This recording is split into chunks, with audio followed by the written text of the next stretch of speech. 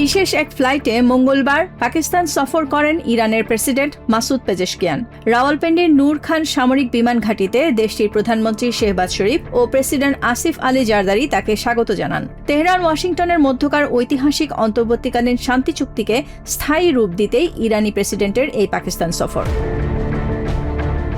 President পেজেশকিয়ানের সাথে এই সফরে যোগ দিয়েছেন পররাষ্ট্রমন্ত্রী আব্বাস আরাকচি। কাছাকাছি সময়ে পৃথক ফ্লাইটে ওমানের মাস্কাট থেকে সরাসরি রাওয়ালপিন্ডি পৌঁছান আরাকচি। নূর খান সামরিক বিমান ঘাঁটিতে প্রাথমিকভাবে তাকে স্বাগত জানান পাকিস্তানের পররাষ্ট্রমন্ত্রী ইসহাক দার, স্বরাষ্ট্রমন্ত্রী মহসিন নাকভি এবং পিপিপি চেয়ারম্যান বিলওয়াল ভুট্টো জারদারি। শুভেচ্ছা বিনিময়ের পর আব্বাস আরাকচি প্রেসিডেন্ট পেজেশকিয়ানের সাথে কূটনৈতিক প্রটোকলে যোগ দেন। সুইজারল্যান্ডের বুরগেনস্টকে আমেরিকার সাথে ফলপ্রসূ আলোচনার পর আগামী 60 দিনের মধ্যে একটি স্থায়ী চুক্তির রোডম্যাপ তৈরি করতে মধ্যস্থতাকারী দেশ পাকিস্তানের সাথে এই উচ্চ পর্যায়ের বৈঠকে মিলিত হয়েছে ইরান। চুক্তি কার্যকর রাখতে ওয়াশিংটন ইতিমধ্যে ইরানের তেল রপ্তানির ওপর থেকে 60 দিনের জন্য নিষেধাজ্ঞা শিথিল করেছে।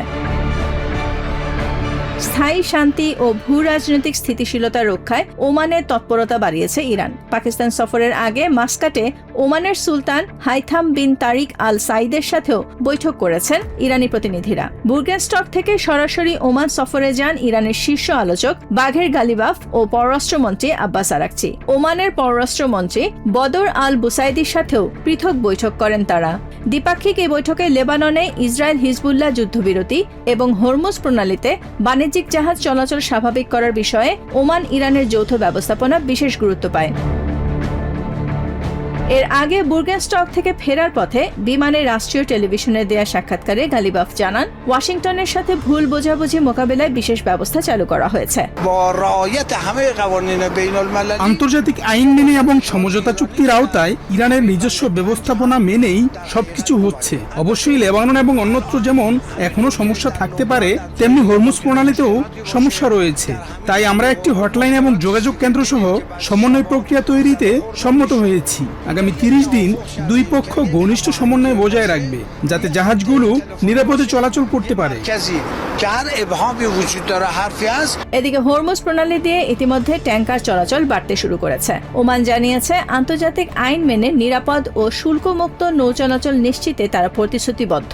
মধ্যপ্রাচ্যে 3 মাসেরও বেশি সময় ধরে চলা যুদ্ধ অবসানের এই কূটনৈতিক প্রচেষ্টা এখন চূড়ান্ত চুক্তির দিকে এগুচ্ছে।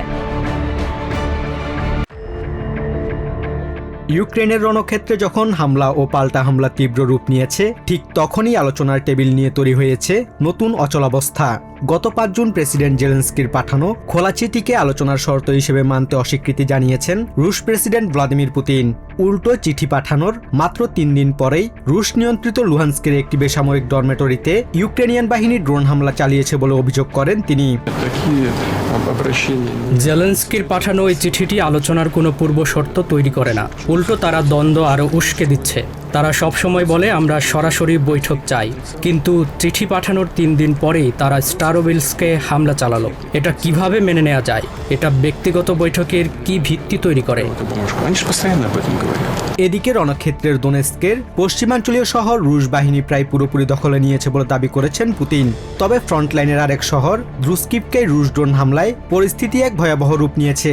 ড্রোনের ক্রমাগত বিস্ফোরণে আবাসিক ভবনগুলোতে আগুন ধরে গেছে এবং রাস্তায় বেসামরিক মানুষের মরদেহ পড়ে থাকতে দেখা গেছে। প্রাণভয়ে অনেক বাসিন্দা শেষ সম্বলটুকু নিয়ে এলাকা ছেড়ে পালাচ্ছেন।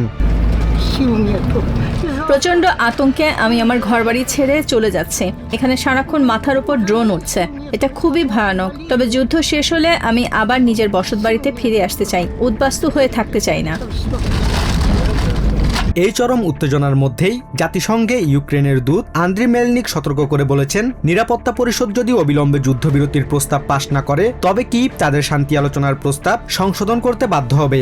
If the Security Council would further choose a wait-and-see approach, I cannot exclude that Ukraine may recalibrate and modify its offer. Ceasefire along the de facto front line is already a great compromise. অন্যদিকে Ukrainian drone হামলায় রাশিয়ার প্রায় 40% তেল শোধনাগার ক্ষতিগ্রস্ত হয়েছে বলে দাবি করেছে ইউক্রেন। যদিও ক্রেমলিন দেশের অর্থনীতি সম্পূর্ণ স্থিতিশীল রয়েছে বলে আশ্বস্ত করেছে। Что касается сильной волатильности на нефтяных рынках, একদিকে পুতিনের রণর অবস্থান, অন্যদিকে ফ্রন্টলাইনে রাশিয়ার তীব্র ড্রোন হামলা ও আমেরিকার মধ্যস্থতায় হওয়া আগের আলোচনাগুলোর স্থবিরতা, সব মিলিয়ে শান্তি প্রতিষ্ঠার সম্ভাবনা এই মুহূর্তে এক বড় অনিশ্চয়তার মুখে পড়েছে। ভারতের রাজধানী নয়াদিল্লিতে বসেছে ব্রিক্সভুক্ত দেশগুলোর জাতীয় নিরাপত্তা উপদেষ্টাদের ১৬তম সম্মেলন। ভারতের জাতীয় নিরাপত্তা উপদেষ্টা অজিত দোভালের আমন্ত্রণে এতে অংশ নিচ্ছেন চায়নার পররাষ্ট্রমন্ত্রী ওয়াং ই, রাশিয়ার নিরাপত্তা পরিষদের সচিব সের্গেই শোইগুর মতো শীর্ষ নিরাপত্তা কর্মকর্তারা। সম্মেলনের ফাঁকে দোভাল ও ওয়াং ইর মধ্যকার একান্ত বৈঠকটি ছিল সবচেয়ে বেশি চর্চিত। সীমান্ত উত্তেজনা কমিয়ে দ্বিপাক্ষিক সম্পর্ক স্বাভাবিক করার ক্ষেত্রে এই আলোচনাকে গঠনমূলক বলে উল্লেখ করেছে নয়াদিল্লি। বেইজিং জানিয়েছে সীমান্ত বিরোধকে একপাশে রেখে দুই দেশের উচিত গ্লোবাল সাউথের আধুনিকায়নে একসাথে কাজ করা। অন্যদিকে দ্রুত এই জোটকে কাজে লাগিয়ে বৈশ্বিক অস্থিরতা কমানোর তাগিদ দেয় ভারত। যে পৃথিবীটা এখন চরম অস্থিরতার মধ্য দিয়ে যাচ্ছে, যেখানে সংঘাত নিরসনের হাতিয়ারগুলো অকার্যকর হয়ে পড়ছে, সেখানে আমাদের একটি বিশেষ ভূমিকা পালন করতে হবে। একটি জোট হিসেবে আমরা কি ভূমিকা রাখতে পারি তা নিয়ে ভাবা অত্যন্ত জরুরি। সম্মেলনের মূল এজেন্ডায় ছিল ডিজিটাল বিশ্বে নিরাপত্তা ঝুঁকি মোকাবেলা করা।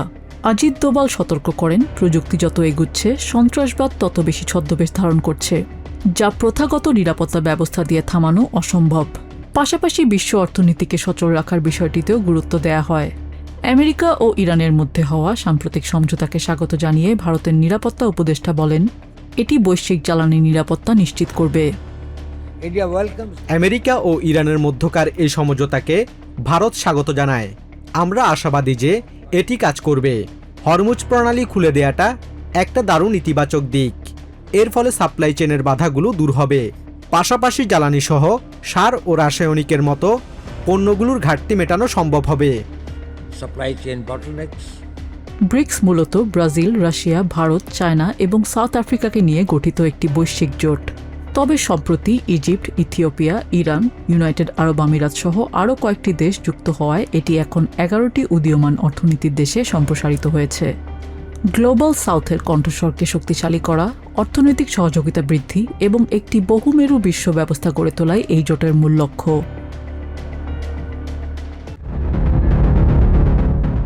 তীব্র তাপপ্রবাহের জেরে রীতিমতো সেদ্ধ হচ্ছে ব্রিটেন। লন্ডনের ক্যানারি ওয়ার্ফ থেকে শুরু করে ট্রাফালগার স্কোয়ার সবখানেই এখন ছাতা, হাতপাখা আর শীতল ছায়ার খোঁজে মানুষ। জুনের মাঝামাঝিতেই তাপমাত্রা 95 ডিগ্রি ফারেনহাইট ছাড়িয়ে গেছে। ব্রিটিশ মেট অফিসের আশঙ্কা, উচ্চ আর্দ্রতার কারণে সপ্তাহের মাঝামাঝি তাপমাত্রার রেকর্ড 102.2 ডিগ্রি ফারেনহাইট ছাড়িয়ে যেতে পারে, যা ভাঙবে গত শতকের সব রেকর্ড। জারি করা হয়েছে বিরল রেড অ্যালার্ট। তীব্র গরমে রেললাইন বেঁকে যাওয়ার ঝুঁকিতে ট্রেন চলাচল সীমিত করা হয়েছে। সাধারণ মানুষকে দেয়া হয়েছে ওয়ার্ক ফ্রম হোমের পরামর্শ। Yeah, fortunately they gave the announcement earlier, so I'm trying to have a lot of fluid as I walk around, a lot of water. English channel পার হয়ে এই গরমের তীব্রতা এখন ফ্রান্সেও। অতিরিক্ত গরমের কারণে বিশ্ববিখ্যাত আইফেল টাওয়ার ও লুভ মিউজিয়াম তাদের সময়সূচি কমিয়ে দুপুরের পর বন্ধ করে দিতে বাধ্য হচ্ছে। এমনকি নদীর পানি অতিরিক্ত গরম হয়ে যাওয়ায় দেশের সাউথ ওয়েস্টের একটি পারমাণবিক বিদ্যুৎ কেন্দ্র বন্ধ করে দেওয়া হয়েছে। সোমবার 1947 সালের পর ইতিহাসের সবচেয়ে উত্তপ্ত রাত পার করেছে দেশটির মানুষ। ঘরে ঘরে এসি বা ফ্যান কেনার জন্য হুড়োহুড়ি পড়ে গেছে বিপণী বিতানগুলোতে। প্রচন্ড গরমের কারণেই ফ্যান কিনতে এসেছি। আজকে আবারও তাপমাত্রা 100 ডিগ্রি ফারেনহাইট ছুঁয়েছে। কালকে রাতে ফ্যান ছাড়া ঘুমানো অসম্ভব হয়ে পড়েছিল। প্যারিসের ছোট ছোট ফ্ল্যাটগুলো গরমে একদম ব্যবসা হয়ে থাকে, তাই পরিস্থিতি সামাল দিতে এই ফ্যানটাই এখন একমাত্র ভরসা।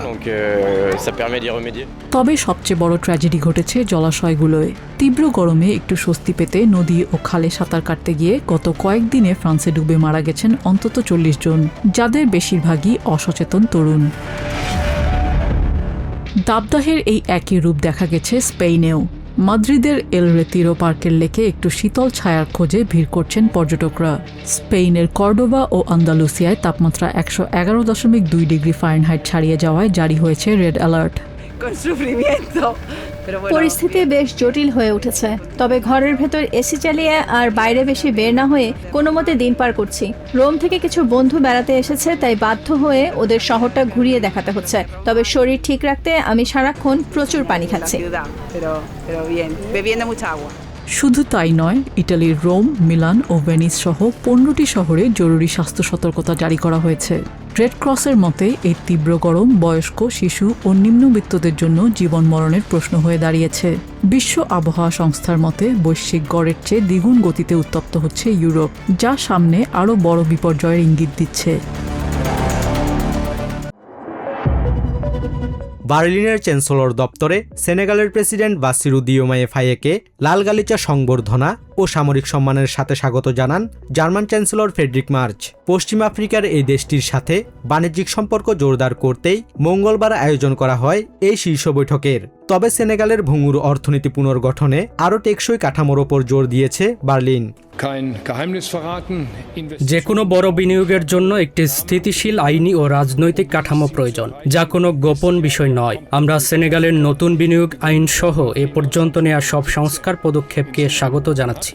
একই সাথে বিনিয়োগ আকৃষ্ট করতে আপনাদের আরও এগিয়ে যাওয়ার আহ্বান জানাই।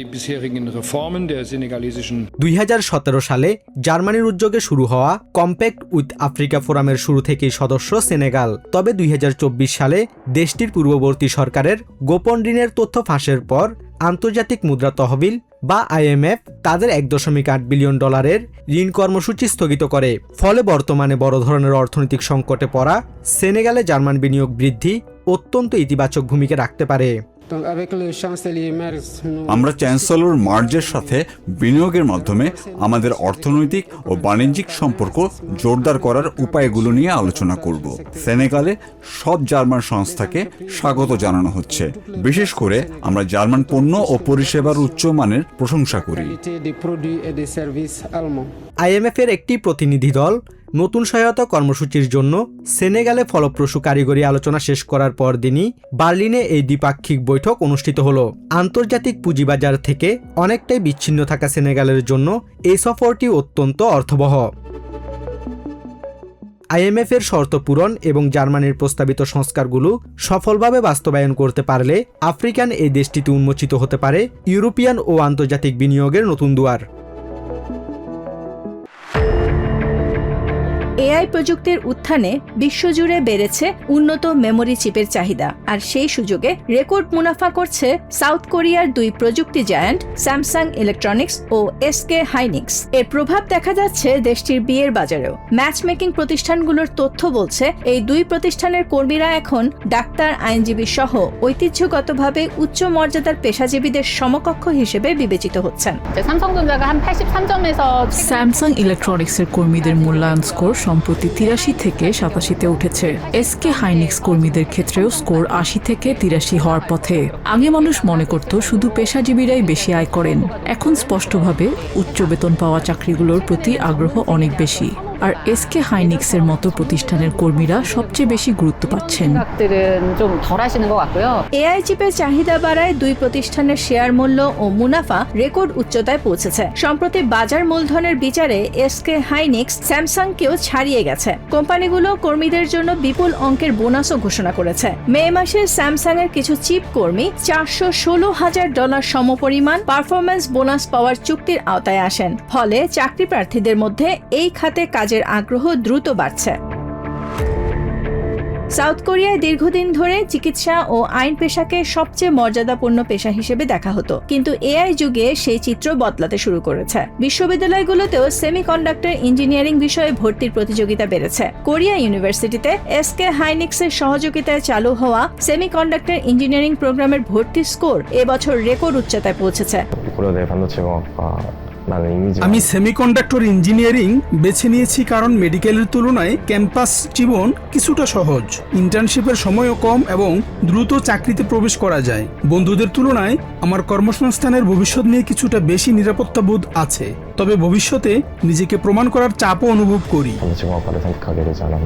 বিশ্লেষকদের মতে এআই বিপ্লবের সবচেয়ে বড় সুবিধাভোগী শিল্প এখন সেমিকন্ডাক্টর খাত। তাই বেতন, বোনাস ও ক্যারিয়ারের সুযোগ সব মিলিয়ে নতুন এক সামাজিক মর্যাদা তৈরি হয়েছে এই খাতকে ঘিরে। এ বিষয়ে কোরিয়া ইউনিভার্সিটির অধ্যাপক লি হিউং মিন বলছেন, দেশের রপ্তানির 40%-এরও বেশি আসে চিপ শিল্প থেকে। তাই প্রকৌশল শিক্ষার্থীদের যথাযথ মূল্যায়ন ও পুরস্কার নিশ্চিত করাই এই পরিবর্তনের মূল চালিকা শক্তি। বিশ্ববিদ্যালয়ে ভর্তির সময় সবাই যাতে শুধু মেডিকেলের দিকে না ঝুঁকে পড়ে, সেজন্য প্রকৌশল শিক্ষার্থীদের আরো ভালো সুযোগ সুবিধা ও সম্মান দিতে হবে। যারা কঠোর পরিশ্রম করে বড় সাফল্য অর্জন করেন, তারা যেন তার উপযুক্ত পুরস্কার পান এবং গর্ববোধ করতে পারেন। এখন সেই ধরনের উদ্যোগ বাস্তবায়িত হতে শুরু করেছে। এআই প্রযুক্তির বৈশ্বিক দৌড়ে সেমিকন্ডাক্টর শিল্প যত এগিয়ে যাচ্ছে, ততই বদলে যাচ্ছে সাউথ কোরিয়ার সামাজিক মূল্যবোধ, শিক্ষার ধারা এবং কর্মসংস্থানের ধারণা। আর সেই পরিবর্তনের কেন্দ্রবিন্দুতে উঠে এসেছে দেশের চিপ নির্মাতা প্রতিষ্ঠানগুলো। প্রযুক্তির এই যুগে ছোট বড় সবার জীবনে যেন বন্দী হয়ে পড়েছে মোবাইল আর ট্যাবলেটের স্ক্রিনে। এমনকি খেলার মাঠে এসেও অনেক বাবা মা ব্যস্ত থাকেন সামাজিক মাধ্যম কিংবা অফিসের কাজে। অভিভাবকদের এই স্ক্রিন আসক্তি দূর করতে এবং সন্তানদের সাথে আরো প্রাণবন্ত সময় কাটানোর সুযোগ করে দিতে কোপেনহেগেনের পোস্টবায়েন এলাকায় গড়ে তোলা হয়েছে এক অভিনব খেলার মাঠ। So this is a screen-free playground for children and their families, and it's there because we want to test something out. We do want to increase presence by the Danish families. We want to help them increase mental health, and we see that screens are significantly increasing part of the everyday life of the families, and that the parents are really seeking how can we get more presence with our children. চমৎকার এই খেলার মাঠে শিশুদের জন্য রয়েছে slide, climbing frame ও বিভিন্ন ডাক সংক্রান্ত প্রতিবন্ধকতা পার হওয়ার দারুণ সব রাইড। তবে মাঠের মূল আকর্ষণ হলো চারপাশে ছড়িয়ে থাকা বিশেষ সাইনবোর্ডগুলো, যা অভিভাবকদের মনে করিয়ে দেয় এখানে ফোন ব্যবহার করা নিষেধ। কোনো আইনি বাধ্যবাধকতা ছাড়াই অভিভাবকদের সচেতন করতেই এই ভিন্নধর্মী উদ্যোগ। A lot more playgrounds should be screen free.